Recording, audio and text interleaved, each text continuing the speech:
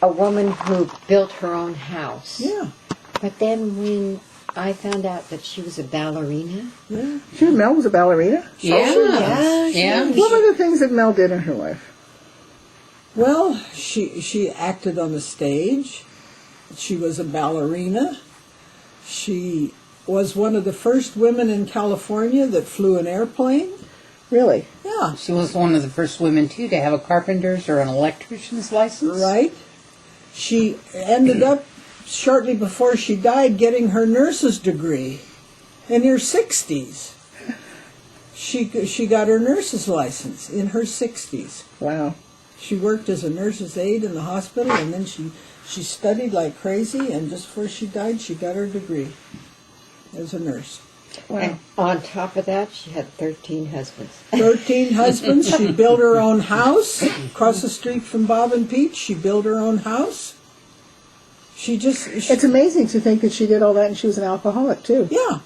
And she just how did she manage to do that and have that drinking problem?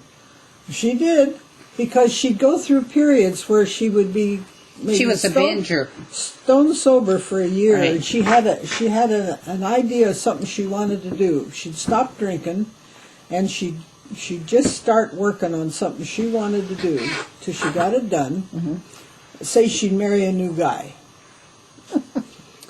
He did something that interested her. He had a vocation that she really liked. So she was going to learn to do it better than he did. And when she did, then she was through. She left him and she started drinking again, and then she'd find another guy. And this just went on her whole life. But she always found some guy that did something that really interested her, but then she had to proceed to learn to do it as well as he did, only do it better.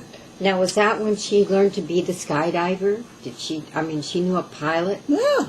And that's how she learned to skydive? Right. Yeah. Now, my mother told me that the reason why she had all of these husbands was because she didn't believe in having sex before marriage. That's a big load of crap.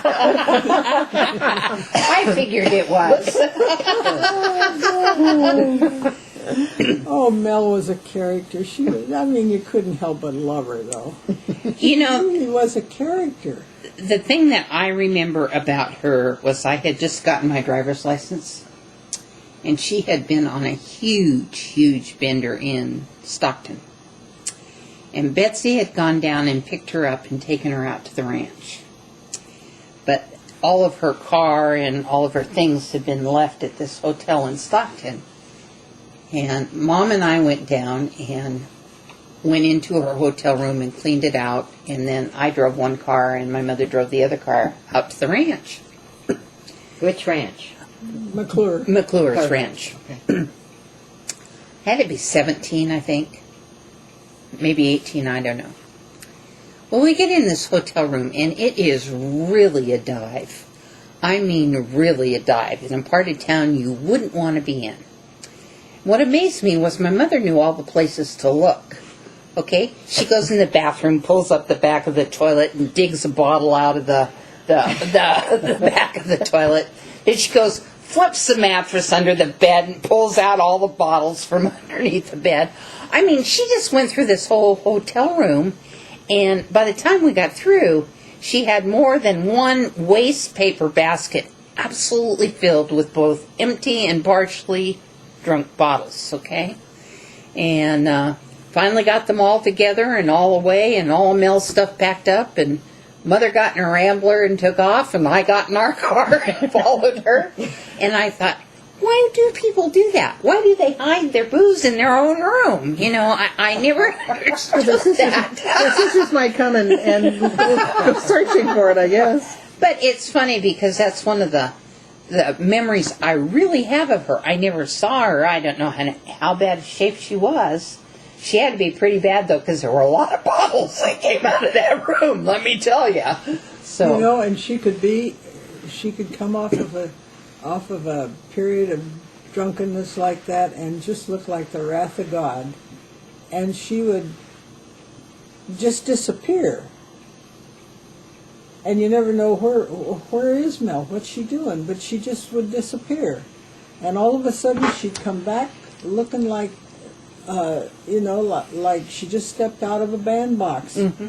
All fresh clothes, a new hairdo, all fixed up, and she was all ready to start on a new project, Mm-hmm. which would always be something completely different from what she had been doing. Right. She'd start all over again. And then maybe she'd go along 4 or 5 years in a whole new thing. But she just went like that through her whole life, from Right. one thing to another, and one husband to another. Well, I know one thing Mom said about her, and I always, when I think of her, remember this, is that when Mom moved to San Francisco and started high school there, she had absolutely no friends. She didn't know anybody. Galt was not the society down in San Francisco was. And Mel went out and bought a whole bunch of material and made Mom a whole new wardrobe to be able to fit into school so that she wouldn't feel out of place in this new environment, you know? Well, I was left in Galt Uh-huh. because I wanted to finish my last year in high school in Galt. And every once in a while, Mel would show up, and here was a whole new wardrobe for me. She'd make all these clothes for me. You know, I'd had sweaters, I'd have skirts, I'd have dresses. She'd take some of her old clothes and turn them inside out and do them over again and make a dress for me. She did that for me about 3 different times my last year in high school. Yeah.